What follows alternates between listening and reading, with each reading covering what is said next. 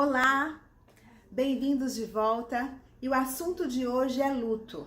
Na realidade, eu havia preparado um outro tema para conversar essa semana, mas eu recebi muitos pedidos para falar sobre luto, então eu decidi mudar um pouquinho o nosso tema. Bom, perder alguém é sempre algo muito doloroso. E se essa perda acontece de forma repentina, o impacto pode ser ainda maior.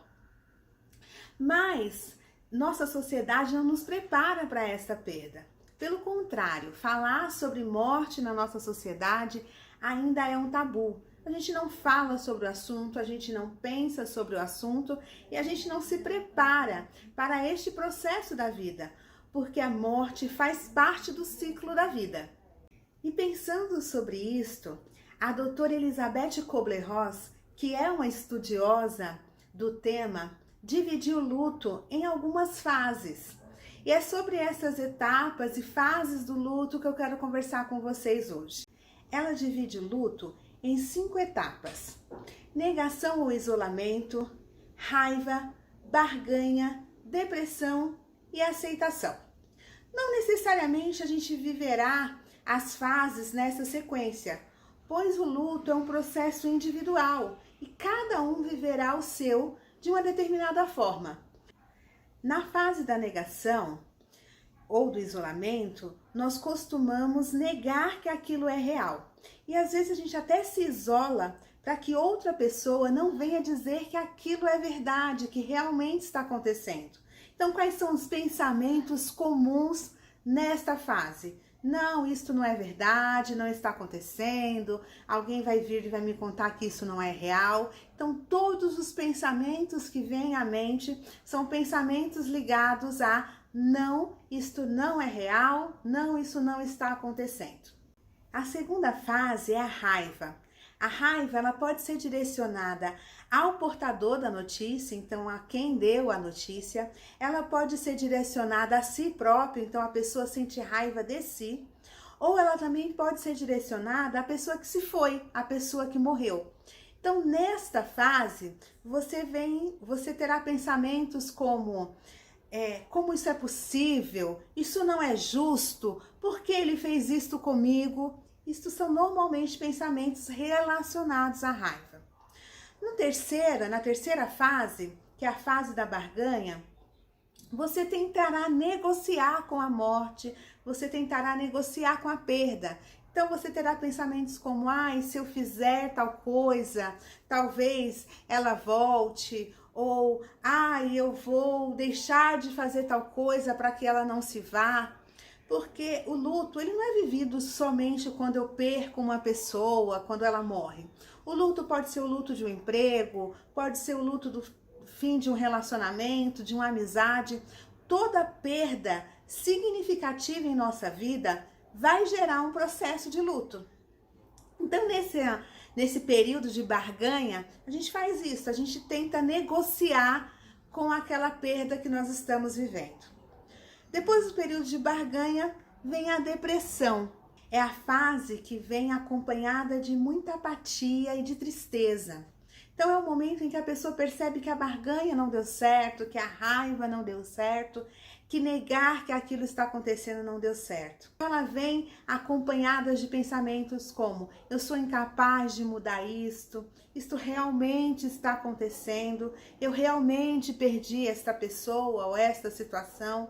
Então é o momento em que ela começa a caminhar para a aceitação, mas ela ainda está muito entristecida. A fase da aceitação é a fase onde a gente começa a voltar para a rotina, mas com menos pesar, com menor tristeza.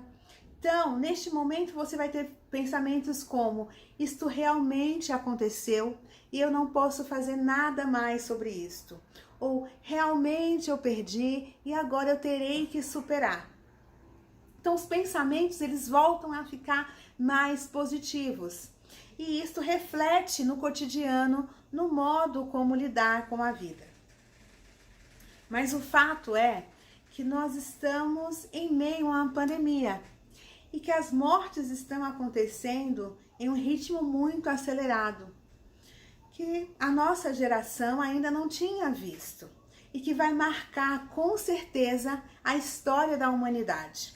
E como lidar com o luto em um momento em que muitas vezes eu não posso nem me despedir da pessoa amada por conta das restrições do velório, por conta de eu estar longe dessa pessoa e não poder chegar a tempo dela ser enterrada. Como é que eu posso administrar meu luto, Daiane, em um momento tão delicado? Então, pensando em te ajudar, eu vou dividir com você passos simples, mas que podem te ajudar a viver este período de luto neste momento tão singular, tão particular. Então, a primeira coisa é você identificar em qual fase do luto você está. Então, como você vai fazer isso? Então, o primeiro passo é identificar em qual fase do luto eu estou. Por 2 dias, escreva quais são os pensamentos que vêm à sua mente no momento em que você pensa nessa perda. Então, eu pensei na pessoa amada, eu pensei no emprego que eu perdi, no relacionamento que acabou. Acabei de pensar nisso. Quais são os pensamentos que vêm a seguir? Então, escreva quais são esses pensamentos. Depois você vai escrever quais são os sentimentos, quais as sensações que vêm. Então, exemplo. Pensei na pessoa que eu perdi. E logo que eu pensei nela, eu penso, por que isso aconteceu? Isso não era justo, era uma pessoa tão jovem. Eu escrevo esses pensamentos. Seguido desses pensamentos, eu descrevo quais são os sentimentos que eu vivi. Então, eu senti indignação, eu senti raiva, eu fiquei irritado. Escreva quais foram estes sentimentos. Você vai fazer isso por 2 dias. Após esse período, você vai descobrir qual é a fase em que você está. Essa que eu acabei de descrever é a fase da raiva. Terminou de fazer essa primeira fase, você irá para a segunda, que é fazer o quê? Fazer um ritual fúnebre. O processo de velório, o ritual fúnebre que acontece, né, dentro da nossa sociedade, que a gente vela o corpo durante um período e depois há o sepultamento, a gente assiste esse sepultamento, isso é muito saudável emocionalmente. Por quê? Porque isso te ajuda a entender que a morte é real, que ela realmente está acontecendo, que aquela pessoa realmente se foi, que aquele emprego realmente terminou esta fase na sua vida. Mas e agora? E neste momento em que em muitos lugares não há velório, em outros acontece por 10 minutos, por 1 hora, muitas vezes você não consegue viver o ritual fúnebre, que é tão importante para a nossa psique, para o nosso emocional. Então você vai fazer um ritual fúnebre na sua casa. Ai, Daiane, que horror, como assim? Não, gente, eu acabei de falar, a morte ela tá aí, ela faz parte da vida e a gente precisa encontrar formas saudáveis de lidar com ela. E o ritual fúnebre faz parte disso. Então, separe um espaço, um horário na sua casa, pegue coisas que relembre essa pessoa, coloque essas coisas em cima de uma mesa, passe um tempo refletindo sobre essa pessoa, olhando fotos dessa pessoa. O importante é você dizer para o seu cérebro, dizer para as suas emoções que aquele é um ritual de despedida, que aquela é a forma que você encontrou de se despedir daquela pessoa ou daquela situação.